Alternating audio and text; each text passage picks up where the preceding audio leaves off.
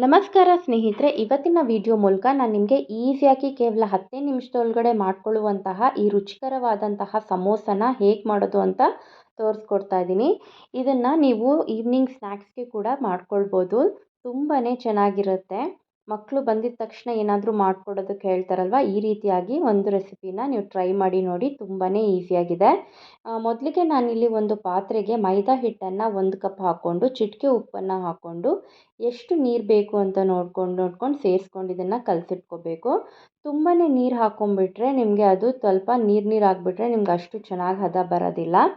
ನೀಟಾಗಿ ಚಪಾತಿ ಹಿಟ್ಟನ್ನು ನಾವು ಹೇಗೆ ಕಲಿಸ್ಕೋತೀವಲ್ವ ಅದೇ ರೀತಿಯಾಗಿ ನಾವು ಇದನ್ನು ಸ್ವಲ್ಪ ನೀರನ್ನು ಹಾಕ್ಕೊಂಡು ನೋಡ್ಕೊಂಡು ಸೇರಿಸ್ಕೊಳ್ಳೋದ್ರಿಂದ ನಿಮಗೆ ಕರೆಕ್ಟಾಗಿ ಇದನ್ನು ಚೆನ್ನಾಗಿ ಉಂಡೆಗಳು ಚೆನ್ನಾಗಿ ಬರುತ್ತೆ. ನೋಡಿ, ಈ ಥರ ನಾನು ಪೂರ್ತಿಯಾಗಿ ಕಲಿಸ್ಕೋತಾ ಇದ್ದೀನಿ. ಇದು ಕಲಿಸಿದ ನಂತರ ಇದನ್ನು ನೀವು ಜಾಸ್ತಿ ಹೊತ್ತೇನು ಇಡೋದೇನು ಬೇಕಾಗಲ್ಲ, ಪಟ್ ಅಂತಲೇ ಮಾಡ್ಕೋಬೋದು.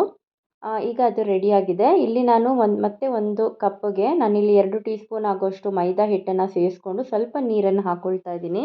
ಇದನ್ನು ಕೂಡ ನೀವು ಪೇಸ್ಟ್ ರೀತಿಯಾಗಿ ಇದನ್ನು ರೆಡಿ ಮಾಡ್ಕೊಳ್ಬೇಕಾಗತ್ತೆ. ಈ ಥರ ಕಲಿಸ್ಕೊಂಡು ಸ್ವಲ್ಪ ನೀರು ಹಾಕಿ ಕಲಿಸ್ಕೊಂಡು ಇದನ್ನು ಸೈಡಲ್ಲಿ ಎತ್ತಿಟ್ಕೊಳ್ಳಿ.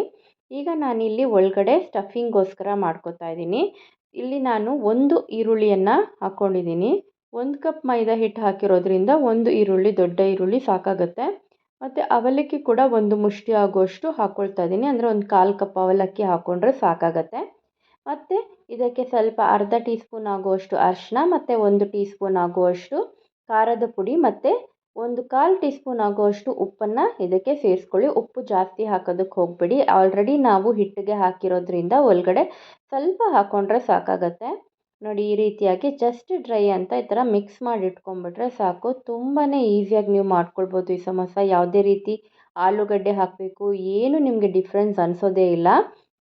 ಈ ಥರ ನಾನಿವಾಗ ಸ್ಟಫಿಂಗ್ನ ರೆಡಿ ಮಾಡಿ ಇಟ್ಕೊಂಡಿದ್ದೀನಿ.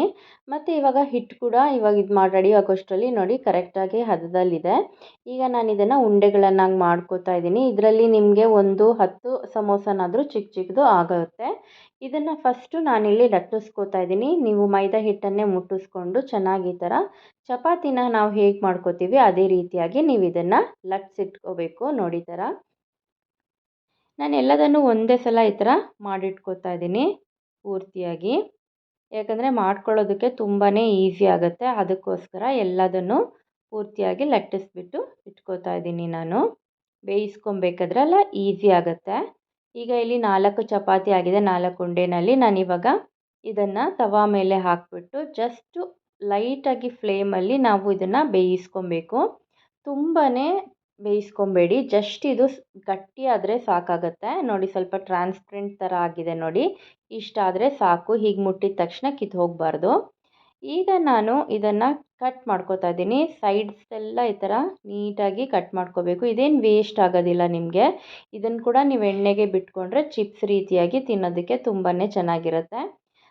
ಇದನ್ನು ನೋಡಿ 4 ಸೈಡಲ್ಲಿ ನಾನು ಶೇಪ್ ಬರೋದಕ್ಕೋಸ್ಕರ ಕಟ್ ಮಾಡ್ಕೋತಾ ಇದ್ದೀನಿ ನೀಟಾಗಿ. ಈ ಥರ ಕಟ್ ಮಾಡಿದ ನಂತರ ಮತ್ತೆ ನೀವು ಮಧ್ಯದಲ್ಲಿ ಈ ಥರ ಕಟ್ ಮಾಡ್ಕೊಂಡ್ಬಿಡಿ. ನೋಡಿ, ಈ ರೀತಿ ರೆಡಿ ಮಾಡಿ ಇಟ್ಕೊಂಡ್ಬಿಟ್ರೆ ನಿಮಗೆ ಸಮೋಸ ಈಸಿಯಾಗಿ ಮಾಡ್ಕೋಬೋದು. ಈ ರೀತಿ ರೆಡಿ ಮಾಡ್ಕೊಳ್ಳಿ. ಈಗ ನಾನು ಒಂದು ಮಾಡಿ ತೋರಿಸ್ತಾ ಇದ್ದೀನಿ ನೋಡಿ. ಈ ಥರ ಹಿಟ್ಟನ್ನು ಪೇಸ್ಟ್ ಮಾಡಿಟ್ಟಿದ್ನಲ್ವ ಅದನ್ನು ಮುಟ್ಟಿಸ್ಕೊಂಡು ಈ ರೀತಿಯಾಗಿ ನೀವು ಮಾಡ್ಕೊಳ್ಬೇಕು. ನಂತರ ಒಳಗಡೆ ನೀವೇನು ಸ್ಟಫಿಂಗ್ ಮಾಡ್ಕೊಂಡಿದ್ದೀವಲ್ವ ಇದನ್ನು ಸೇರಿಸ್ಕೊಂಡು ಮತ್ತು ಇದಕ್ಕೆ ಸ್ವಲ್ಪ ಹಿಟ್ಟನ್ನು ಮುಟ್ಟಿಸ್ಕೊಂಡು ಇದನ್ನು ಕ್ಲೋಸ್ ಮಾಡಿಕೊಂಡ್ರೆ ಆಯಿತು. ಸಮೋಸ ರೆಡಿ ಆಗಿಬಿಡುತ್ತೆ. ನೋಡಿ ಎಷ್ಟು ರೆಡಿಯಾಗಿದೆ ಅಂತ. ಈ ರೀತಿ ನಾನು ಎಲ್ಲದನ್ನು ಮಾಡಿಟ್ಕೋತಾ ಇದ್ದೀನಿ. ನೋಡಿ, ಈ ರೀತಿ ಮಾಡ್ಕೊಳ್ಳಿ. ಈಗ ಎಣ್ಣೆ ಕೂಡ ನಾನು ಕಾಯಕ್ಕೆ ಇಟ್ಕೊಂಡಿದ್ದೆ, ರೆಡಿಯಾಗಿದೆ. ಇದು ಆಲ್ರೆಡಿ ನಾನು ಪೂರಿ ಮಾಡ್ಕೊಂಡಿದ್ದೆ, ಅದೇ ಎಣ್ಣೆನಲ್ಲಿ ಮಾಡ್ತಾಯಿದ್ದೀನಿ. ನೋಡಿ, ಇವಾಗ ಇದನ್ನು ಚೆನ್ನಾಗಿ ಈ ಥರ ಬೇಯಿಸ್ಕೋಬೇಕು. ಒಂದು 5 ನಿಮಿಷ ಒಂದು ಸೈಡು, ಮತ್ತೊಂದು 5 ನಿಮಿಷ ಇನ್ನೊಂದು ಸೈಡು ಮೀಡಿಯಮ್ ಫ್ಲೇಮಲ್ಲಿ ನೀವು ಇದನ್ನು ಬೇಯಿಸ್ಕೊಂಬಿಟ್ರೆ ನಿಮಗೆ ಪರ್ಫೆಕ್ಟ್ ಆದಂತಹ ಸಮೋಸ ರೆಡಿ ಆಗಿಬಿಡತ್ತೆ. ತುಂಬಾ ಚೆನ್ನಾಗಿ ಬರುತ್ತೆ. ಟೇಸ್ಟ್ ಕೂಡ ನಿಮಗೆ ಗೊತ್ತಾಗೋದೇ ಇಲ್ಲ. ಅಂಗಡಿನಲ್ಲಿ ಹೇಗಿರುತ್ತೆ ಅದೇ ರೀತಿಯಾದಂತಹ ಟೇಸ್ಟು ಚೆನ್ನಾಗಿರುತ್ತೆ. ನೋಡಿ, ಇದನ್ನು ನೋಡಿ ಎಷ್ಟು ರೆಡಿಯಾಗಿದೆ ಅಂತ. ಮಕ್ಕಳು ಕೂಡ ತುಂಬಾ ಇಷ್ಟಪಟ್ಟು ತಿಂತಾರೆ. ಪ್ಲೇಟೆಲ್ಲ ಎಷ್ಟೊತ್ತು ಬೇಗ ಖಾಲಿ ಆಗುತ್ತೆ ಅಂತಲೇ ಗೊತ್ತಾಗಲ್ಲ. ತುಂಬಾ ಚೆನ್ನಾಗಿರುತ್ತೆ ಇದು. ಈ ರೆಸಿಪಿ ನಿಮಗೆ ಇಷ್ಟ ಆಗಿದೆ ಅಂದ್ಕೊತೀನಿ. ಇಷ್ಟ ಆದರೆ ಲೈಕ್ ಮಾಡಿ, ಶೇರ್ ಮಾಡಿ.